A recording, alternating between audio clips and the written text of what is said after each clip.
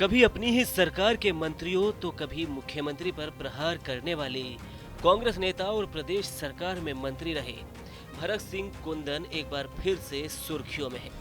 दरअसल भरत सिंह का 11 अगस्त को एक खत वायरल हुआ था जिसमें उन्होंने नरेश मीणा के जेल में रहने को लेकर सवाल पूछे थे। उन्होंने लिखा था कि रक्षाबंधन पर आप सभी को हार्दिक बधाई। श्री नरेश मीणा को मेरा सलाम। नरेश मीणा जेल में बंद है। जन्माष्टमी तथा स्वतंत्रता दिवस भी जेल में कटेगी। श्री नरेश मीणा को कब जमानत होगी पता नहीं। नरेश मीणा की लड़ाई जनता की लड़ाई है। लड़ाई गुंडों से है। गुंडा कौन है, ये मेरा प्रश्न है। कोटा सांसद को कृपया ध्यान से देखें। सांसद के ओएसडी को ध्यान से देखें। आपको सब कुछ साफ दिखाई देगा। ओएसडी मानव तस्करी में लिप्त है। सांसद उसे बचा रहा है।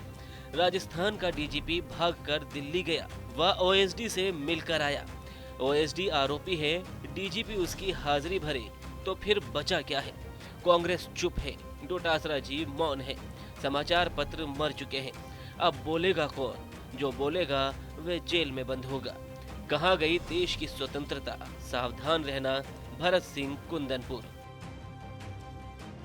अब इस खत के 2 दिन बाद उनकी पत्नी और कुंदनपुर की सरपंच मीना देवी और ग्राम विकास अधिकारी के खिलाफ पद के दुरुपयोग व अनियमितता किए जाने के मामले में भ्रष्टाचार निरोधक ब्यूरो ने मामला दर्ज किया है। सांगोद के उप प्रधान ओम नागर अडूसा ने मामले को लेकर राज्य सरकार से शिकायत की थी, जिसकी जांच के उपरांत अतिरिक्त आयुक्त एवं शासन उप सचिव इंद्रजीत सिंह की ओर से एसीबी में मामला दर्ज किया गया है।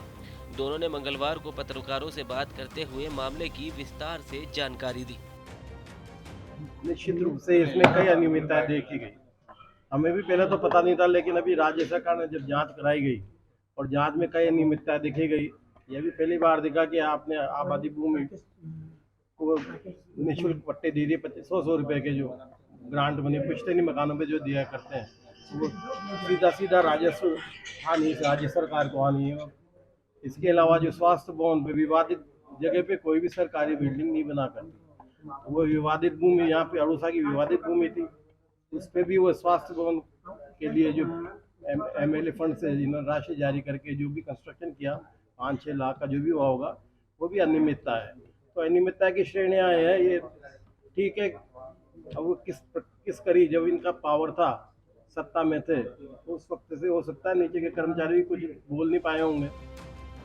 कहा जा रहा है कि ग्राम पंचायत कुंदनपुर की सरपंच मीना देवी ने ग्राम किशनपुरा में चारागाह भूमि को आबादी में परिवर्तित कराकर साल 2021 में बेशकीमती भूमि एक ही परिवार के 3 सदस्यों समेत 4 लोगों के 100 रुपए की दर के पट्टे से जारी कर दी, जबकि पट्टे डीएलसी दर पर जारी किए जाने चाहिए थे।